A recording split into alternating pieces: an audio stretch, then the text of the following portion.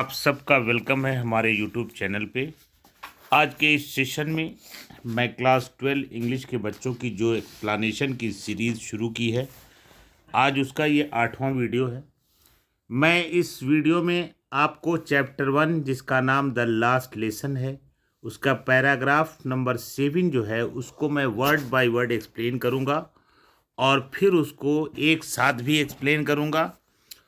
बच्चों, अगर ये वीडियो इस तरह से आपने पूरी किताब अगर आपने पढ़ ली मेरे साथ, तो ये जान लीजिए कि आपकी नॉलेज काफ़ी जो है बूस्ट हो जाएगी और आपके पास वर्ड पावर, सेंटेंस का संग्रह, शब्दों का संग्रह, लिखने की कैपेसिटी, ये सारी चीज़ें आपके अंदर डेवलप कर जाएंगी।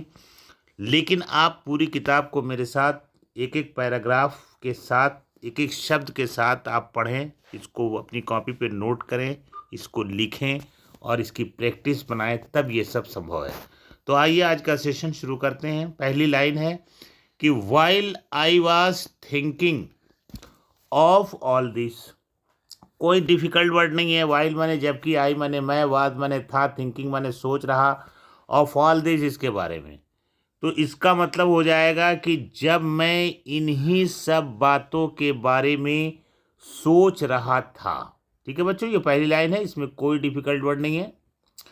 दूसरी लाइन में पढ़ रहा हूँ कि I heard my name called. Heard माने सुना, माई माने मेरा, नेम माने नाम, कॉल्ड माने पुकारना, आई माने मैं। इसका सुन लीजिए अर्थ कि मैंने अपने नाम को पुकारे जाते हुए सुना। ठीक है। उसके बाद it was my turn to recite. Recite माने होता है पढ़ना, रीड माने भी पढ़ना होता है, लेकिन टू रिसाइट माने होता है थोड़ा सा गा के पढ़ना। तो it was my turn, turn माने बारी, टू रिसाइट माने पढ़ना। तो इसका अर्थ हुआ कि अब पढ़ने की मेरी बारी थी। चौथी लाइन है इस पैराग्राफ की कि what would I not have, ठीक है, given to be able to say that dreadful rule for the participle all through very loud and clear without one mistake। ठीक है, इसको मैं फिर से पढ़ दे रहा हूं, सुन लीजिए कि what would I not have given to be able to say, ठीक है, that dreadful rule for the participle all through very loud and clear, ठीक है, विदाउट वन मिस्टेक। इसका मतलब है कि बिना किसी गलती के, विदाउट मिस्टेक, बिना किसी गलती के, पार्टिसिपल्स के भयानक, ड्रीडफुल है ना, ड्रीडफुल माने भयानक, रूल माने नियम, ड्रीडफुल रूल है, इसका भयानक नियम को पूरा पूरा जोर जोर से, वेरी लाउड माने जोर जोर से, क्लियर माने क्लियर माने स्पष्ट, और स्पष्ट, ठीक है, सुनाने में समर्थ होने के लिए मैं क्या कुछ नहीं करने को तैयार था। ठीक है ना, जो ये इसका मतलब हुआ। ये जो लिखा हुआ है ना कि वो आपका वाक्य है ना कि what would I not have given, मतलब क्या कुछ करने को, ठीक है ना, तैयार नहीं।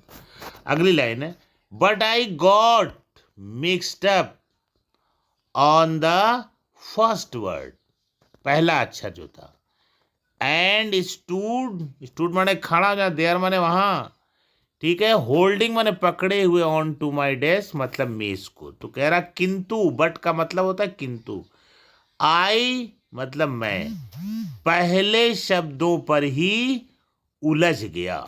मिक्स्ड अप के माने होता है उलझ जाना, है, उलझ गया, और मेज पकड़ कर खड़ा रह गया। बहुत आसान मतलब है। बट माने किंतु, आई गॉट मिक्स्ड अप मतलब मैं उलझ गया, ऑन द फर्स्ट वर्ड पहले अक्षर में, ठीक है, एंड स्टूड और खड़ा हो गया, देयर मतलब वहां, होल्डिंग पकड़े हुए, ऑन टू माई डेस्क अपनी मेज को। बहुत आसान। आगे देखिए, माई हार्ट वाज बीटिंग, मेरा हृदय धड़क रहा था।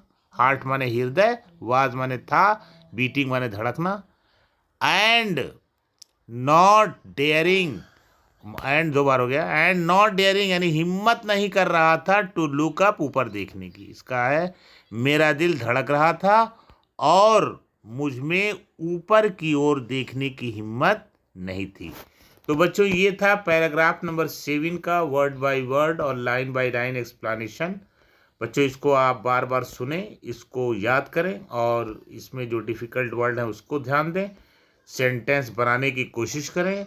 तो इस तरह से अगर आप करेंगे तो आपकी इंग्लिश जो है कुछ ही दिनों में जो है आप बहुत अच्छी इंग्लिश जान जाएंगे और आपको लिखने पढ़ने की कैपेसिटी महसूस होगी। Thank you so much for watching my video. बच्चों वीडियो अच्छी लगी हो तो इसको लाइक ज़रूर कीजिए, क्योंकि लाइक करते हैं तो मोटिवेशन बनता है, अगली वीडियो बनने का के लिए मोटिवेशन मिलता है। शेयर कीजिए, सब्सक्राइब कीजिए। Thank you.